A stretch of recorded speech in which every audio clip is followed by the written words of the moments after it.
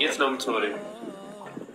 እኔ ጆርዳን ነው። አሁን ግን ወደ ኢትዮጵያ መምጫ ይደርሳል። ስለ ህንድና ፓኪስታን አዲሱ ጦርነትና ከእስልምና ጋር የሚያገናኛቸውን ወሳኝ ነጥቦችን አነሳላችሁ። የቃል ኪዳናቸው እምነት ነው።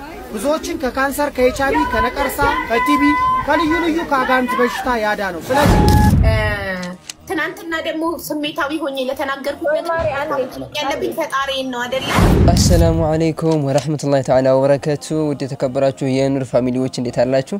እንግዲህ ዛሬም እንደተለመደው አዲስ አነጋጋሪ እንዲሁም አስተማሪ ያልኳችሁ ቪዲዮዎች ወደ እናንተ እይላችሁ ቀርቤያለሁኝ። ብዙ ኢስላሚክ ዩቲዩበሮች እንግዲህ በጣም የዘነጉት ጉዳይ ማለት እንግዲህ የፓኪስታንና የኢንዲያ ጉዳይ ነው። እንደታዘብኩት ከሆነ እንግዲህ ብዙ ሰዎች የሚያወሩ ሰዎችን አላገኘሁም።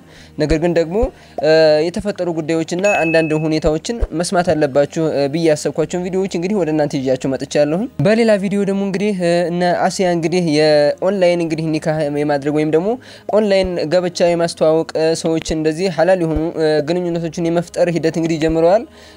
እነሱን እንግዲህ አንዳንድ ሐሳቦችን እንለዋወጣለን። እንደተለመደው ሁላችሁም እንግዲህ ላይክ ሰብስክራይብ ያደረጋችሁ ቪዲዮውን ጀምሩት። ቀጥታ ወደ ዛሬው ቪዲዮ ስለ ህንድና ፓኪስታን አዲሱ ጦርነትና ከእስልምና ጋር የሚያገናኛቸውን ወሳኝ ነጥቦችን አነሳላችኋለሁ። እስከ መጨረሻው ኮፒ ሊንክ ሼር ፖስት እያደረጋችሁ ተከታተሉኝ። ፓኪስታን ድሮ ህንድ የነበረች ከህንድ የተገነጠለች ራሷን ፓኪስታን ብላ የሰየመች ትልቅ ሀገር ነች። ሙሉ ለሙሉ ህዝቦቿ ሙስሊሞች ናቸው። ህንድ ደግሞ በቁጥር አናሳ ሙስሊሞች የሚገኙበት ሀገር ነው። ያ ማለት ከሌላ ሀገሮች አንፃር ሳይሆን ከህንድ ቁጥር አንፃር ብቻ ነው። በህንድ ውስጥ ከ240 ሚሊዮን በላይ ሙስሊሞች ይገኛሉ። ከ300 ሺህ በላይ መስጊዶች ደግሞ በህንድ ውስጥ እንደሚገኙ ጥናቶች ያሳያሉ። ይሄ ጥናት የተደረገው ከሁለት ዓመት በፊት ነበር። ከዛ በኋላ ብዙ መስጊዶች እንደሚሰሩና ብዙ ዳዋዎች በህንድ ውስጥ እየተደረጉና እስልምና እየተስፋፋ ስለሆነ ተጨማሪ የህንድ ሙስሊም ቁጥርና የህንድ መስጊዶችም ቁጥር እንደሚጨምር ግልጽ ነው። ታዲያ የሁለቱ ሀገር ሙስሊሞች ጋር የሚያገናኘው ከዚህ ጦርነት ጋር የሚያገናኘው ነጥብ ምንድነው? ብዙ ጊዜ ህንድና ፓኪስታን ሰጣ ገባው ሲገቡ የህንድ ሙስሊሞችም በዛውም አንድ ላይ ተጨቋኝ ይሆናሉ። በህንድ ውስጥ ሙስሊሞች በተደጋጋሚ የሚጨቆኑ መስጊዶቻቸው፣ መድረሳዎቻቸው የሚወድሙባቸውና የሚዘጉበት ሀገር ነው። የህንድ ሙስሊሞች በብዙ ጊዜዎች ላይ ጭቆና ሲደርስባቸው አደባባይ ወጥተው የሚቃወሙ ሙስሊሞች ናቸው። ታዲያ ብዙ ጊዜ ከፓኪስታን ጋር ሰጣ ገባዎች ሲገቡ ህንድ መንግስትም ሆነ የህንድ የሌላ ሃይማኖት ተከታዮች የህንድ ሙስሊሞችን እናንተም ፓኪስታን ናችሁ ብለው ያንቋሿቸዋል፣ ያባሯቸዋል። አሁንም እየሆነ ያለው ይሄው ነው። የህንድ ሙስሊሞች እየተጨቆኑ እየተገፉ ይገኛሉ። በዚህ በተጀመረው በአዲሱ ጦርነትም እናንተ ፓኪስታኖች ናችሁ እያሉ ይገኛሉ። የህንድ መንግስት ፓኪስታንን ለማጥቃት አሁንም እያደረገ ያለው ከላይ በፎቶ ላይ እንደምትመለከቱት መስጊዶችን ሙስሊሞች ያሉበትና የተጠለሉበት ቦታ ላይ ነው እያጠቃ የሚገኘው። አላህ እቺ ዓለምንም ሆነ ሀገራችንን ሰላም ያርግልን። በደንብ ቪዲዮውን ኮፒ ሊንክ ሼር ፖስት እያደረጋችሁ አዳርሱት። አዲስ መረጃ ሲወጣ አሳውቃችኋለሁ። ሐሳባችሁን ኮሜንት ላይ አስቀምጡ። እንግዲህ ሰሞኑን ዓለም ላይ በጣም እንግዲህ መነጋገሪያ ከሆኑ ጉዳዮች አንዱ እንግዲህ የፓኪስታንና የኢንዲያ ወደ ጦርነት የመግባት ሂደት ነው። እንግዲህ በጣም አነጋጋሪ የነበረው በዛም ሂደት እንግዲህ ፓኪስታኖች በጣም የሚያኮራ ተግባር ፈጽመዋል። እንግዲህ በአንድ ቀን ብቻ 6 የህንድ ጀቶችን ነው የጣሉት ማለት ነው። እንግዲህ ይሄ ደግሞ በጣም ዓለም ላይ እንዲደነቁ በጣም እንዲበረታቱ ያደረጋቸው ቪዲዮ ነበር። እንግዲህ ዲናችን ጋር እንዴት ያገናኘዋል የሚለውን ወንድማችን በደንብ አድርጎ አብራርቶታል። ነገር ግን አንድ ነገር ብቻ ለመጨመር ኢንዲያኖች እንግዲህ ጥቃት ለማድረስ በመከሩበት ሰዓት ላይ ታርጌት ካደረጓቸው ነገሮች መካከል አንዱ መስጊዶቻችንን ነው። መስጊድ እንግዲህ የእምነት ቦታ ናቸው፣ ንጹሃን ናቸው የሚገኙበት፣ የጦር ካምፕ ምናምን አይደሉም። ነገር ግን እነሱ ታርጌት ያደረጉት የሃይማኖት የመሆኑ ምልክት ማለት ነው። እንግዲህ መስጊዶችን ጥቃት አድርገው ከአንድ ወይም ሁለት መስጊድ ላይ ጥቃት እንግዲህ ፈጽመዋል ማለት ነው። ቀጣይ እንግዲህ ማሳያችሁ ቪዲዮ በጣም የምትገረሙበት የምትደነቁበት ቪዲዮ ነው። እንግዲህ ይሄን ፖስት እንግዲህ የፖስተችው የሌላ እምነት ተከታይ ነች። እንግዲህ ልጅቷ ያለችው ለእስልምና ያለኝን አመለካከት የቀየረልኝ ቪዲዮ ነው፣ የቀየረልኝ ልጅ ነው ብላ ነው እንግዲህ ፖስቱን የፖስተችው። እሱን ቪዲዮ ተመልከቱት።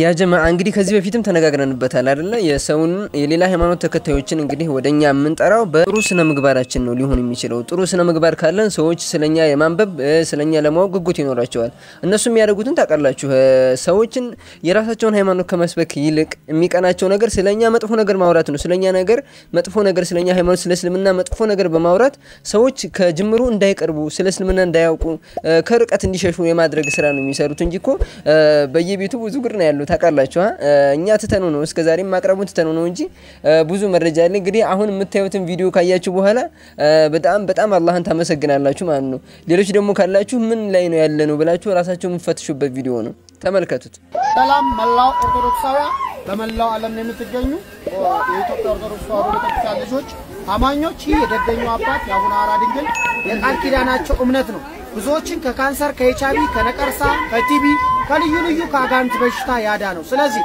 አማንያዎች ብቻ የኢትዮጵያ ኦርቶዶክስ ተዋሕዶ እምነት ተከታዮች ብቻ ሼር ዱት አድርጉት ለመላው ዓለም ይዳረስ ይህ እምነት የሚገኘው አዲስ አበባ ያጣፎ ገብርኤል ከመጣችሁ በኋላ 10 ብር ባጃጅ ነው የ10 ብር ባጃጅ ይዛችሁ እዚሁ ዋጫው አቡነ ሐራ ድንግል መምጣት ትችላላችሁ እንዲሁም ዘወትር በ11 እና እሁድ ጉዞ አለ እሁድ ዘወትር ጉዞ አለ ከፒያሳ ጊዮርጊስ 12 ሰዓት ከስቲፋኖስ 12 ተኩል ከመገናኛ ደራርቱ ህንጻ 1 ሰዓት የሚነሳ እምነት ስላለ ጉዞ ስላለ የገዳሙ ጉዞ እዚህ እየመጣችሁ መዋል መጠመቅ መዳን መፈወስ ትችላላችሁ በተለይ በመዳንት ገንዘባችሁ ያለቀ ያላችሁ ኦርቶዶክሳውያን የደርሶ መልስ ዋጋ 200 ብር ነው እስከ 7 ሰዓት ደርሶ መልስ አለው የገዳሙ ጉዞ ስለዚህ ተፈወሱ ዳሩ ስንል መልእክታችን ነው በ09 12 69 61 64 ደውሉ በ09 12 69 61 64 እየደወላችሁ ዘወትር እሁድ እዚህ መዋል ትችላላችሁ በ11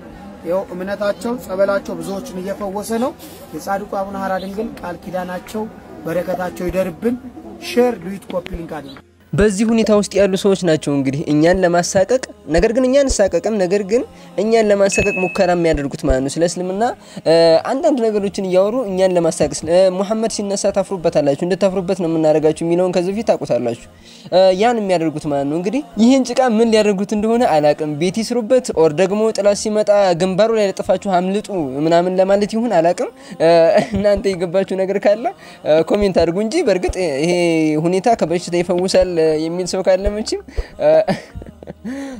ራሱን አማኑኤል ጋር እንዳያገኘው አማኑኤል ሆስፒታል ጋር እንዳያገኘው የአእምሮ ህመምተኞች ሆስፒታል ላይ እንዳታገኙት አደራ ማለት ፈልጋለሁኝ አላኩልሃል ብዙ የሚያሳቀቅ ነገር አለ እነሱ ጋር እኛ ጋር አልহামዱሊላህ ዲን ኢስላም ጽድት ያለ ነው ምን ኮራበት ነው እንጂ ምንም የምናፍርበት ቪዲዮ የለም ቀጣይ እንግዲህ የምናየው እና አሲያ እንግዲህ በሶሻል ሚዲያ እንግዲህ ለበጎ ነገር በመጠቀም ሙስሊም ወንድሙና እህቶችን የማገናኘት ሐላል የሆነ በሐላል በሆነ መንገድ ማለት ነው ስራ ጀምረዋል እሱን ቪዲዮ ተመልከቱ ባል ላገባ ፈልጋለሁና እድሜ ስንት ነው እድሜ 27 ነው ቁርአን ቀርተሻል ሙሉ አልቀራም ግን ቀርቻለሁ የት ነው የምትኖሪው እኔ ጆርዳን ነው አሁን ግን ወደ ኢትዮጵያ መምጫዬ ደርሷል የት ነው ተወልደሽ ያደግሽው ግዴታ ነው እሱ እሺ እኔ ከምሴት ነው ይወለው እሱንም ጠይቀው ያው አቅራቢያችሁ እንዲሆን መከኔ የ2 አመት በልጫ ቢኖረው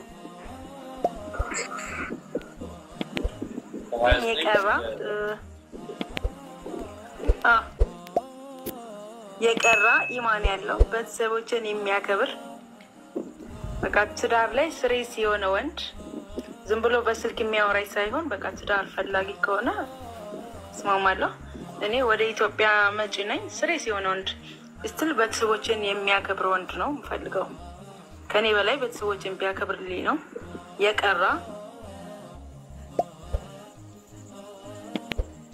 ዲን ያለው ገንዘብ ጠፊ ነው ገንዘብና ሳይሆን በቃ ዲኑ ላይ እና በተሰቦችን የሚወድ ከኔ በላይ በተሰቦች የሚያከብር ወንድ ችግር የለብኝም ምንም ይሁን ምንም እኖራለሁ ትዳር ነውና መርሐባ ኢንሻአላህ በቅርብ ትመጫለሽ 2 ወር ነው የቀረኝ መርሐባ ኢንሻአላህ እንግዲህ ሶሻል ሚዲያ ብዙ ጥሩ ጎኖች አሉት መጥፎም ጎኖች አሉት እንግዲህ ማለት ነው ከጥሩ ጎኖቹ መካከል አንዱም ለዳዕዋ ስራዎች እንደዚህ ደግሞ ሐላል በሆነ መንገድ ሰዎችን የማቀራረብና የማገናኘት ባል የሌላቸው እህቶችና ወንድሞችን የማጋባት የማገናኘት ሁኔታ በጣም ደስ የሚል የሚያስደስት ነገር ነው ለበጎ መጠቀም ማለት አንዱ ይህ መንገድ ነው ብያስባለሁ ነገር ግን ደግሞ ሰሞኑን ሶሻል ሚዲያ ላይ እንግዲህ ሲዘዋወር እንዳያችሁት ሰይጣን አመልካለሁ ያለችውን ሂባን እንግዲህ አይታችኋል እሷ ደግሞ እንግዲህ ዛሬ ተመልሳ ይቅርታ ጠይቃለሁ ፈጣሪን ነው ይቅርታም ካለ መጠየቅ አለብኝ መጠይቀው ይቅርታ ብያለሁ ያስቀየምኳችሁ ሰዎችም ካላችሁ ሶሪ ብላለች እንግዲህ እሱን ቪዲዮ ተመልከቱና ሐሳብና አስተያየታችሁን ኮሜንት ላይ አስቀምጡልኝ ትናንትና ደግሞ ስሜታዊ ሆኜ ለተናገርኩት ነገር ያለብኝ ፈጣሪን ነው አይደለ ፈጣሪን ነው ይቅርታ መጠየቅ ፈጣሪን ይቅርታ ጠይቄዋለሁ እናንተም ደግሞ የደበራችሁ ሰዎች ላይክ ትናንትና ባልኩትኝ ካልፈረደልኝ እኔ ሃይማኖት አልባ ሆናለሁ 666 ሆናለሁ ብያለሁ እንደ እናት ስሜታዊ ሆኜ እሱን ፈጣሪን ይቅርታ ጠይቄዋለሁ ለምን ፈጣሪን ነው ያስቀየምኩት እሱን ይቅርታ ጠይቄዋለሁ ይሄን ስል ደግሞ ለተከፋችሁ ሰዎች ደግሞ ላዘናችሁ ሰዎች ደግሞ ይቅርታ አላችኋለሁ እሺ በጣም ይቅርታ ስሜታዊ ሆኜ ነው በጣም እና ፈጣሪን ይቅርታ ጠይቄዋለሁ እሱ ይቅር ብሎኛል እሱ ይቅር ባይ ነው ይቅርታዬን ተቀብሎኛል እና እናንተንም ደግሞ ይቅርታ ጠይቄያችኋለሁ አመሰግናለሁ እሺ የታለች ጀለሴ ታዲያ እየሰጠሻት እኮ ነው እውነት ለምን ነው በዛቸው አረፈደች እኮ ምክንያቱም እዚህ ጋር አሁን ቁጭ ካለን እኔና ፋሲካ በነገርሽ ላይ በሌላኛው ሀቢባ ልጅሽ መስማት አይችልም መናገር አይችልም ተብያለሁ ተሰድቧል ተረግጧል ብላ በዚህ ልክ ወጣ እያለቀሰች ማየቴ እጅግ በጣም ቢያሳዝነኝም እምነቴን እቀይራለሁ 666 ሆናለሁ ፈጣሪን ያልኩትን ካላደረገልኝ ያለችው ነገር ግን እጅግ በጣም አስገርሞኛል ሀቢባ በደንብ አዳምጥ እንደው የፍልስጤም እናቶች ምን ሆነው ይሆን ልጆቻቸው እንኳን ተሰድበው ይቀርና የመኖር ተስፋቸው ተነፍገው እንዳይኖሩ በፍርሽራሽ በፎቅ ፍርሽራሽ እየወጡ እየተቀበሩ እነሱ ምን ሆነው ይሆን እንደው ከፍልስጤም እናቶች እንዴት መማራቃተሽ በርግጥ ለልጅሽ ብዙ ዋጋ ከፍለሻል ልጅ እኮ የፈጣሪ ጸጋና ስጦታ ነው አንቺ ደግሞ ከዚህ የባሰ የምትሆኝ ከሆነ አላህ ስቃይሽን እንዳያበዛው ልጅሽን እንዳይነጥቅሽ በላ እንዳያመጣብሽ ምኞቴ ቢሆንም ብትጠነቀቂ ግን መልካም ነው መጠንቀቅ የመሰለ ነገር የለም አንዳንዴ ከልክ በላይ ማዘን ሌላ ሀዘን ለግድናና ሌላ ጨምርብኝ እንደማለት ነው ይባላል ይሄ ወንድማዊ ምክሬ ነው ውድ እህቴ ሀቢባ ተጠንቀቂ ቢ ኬርፉል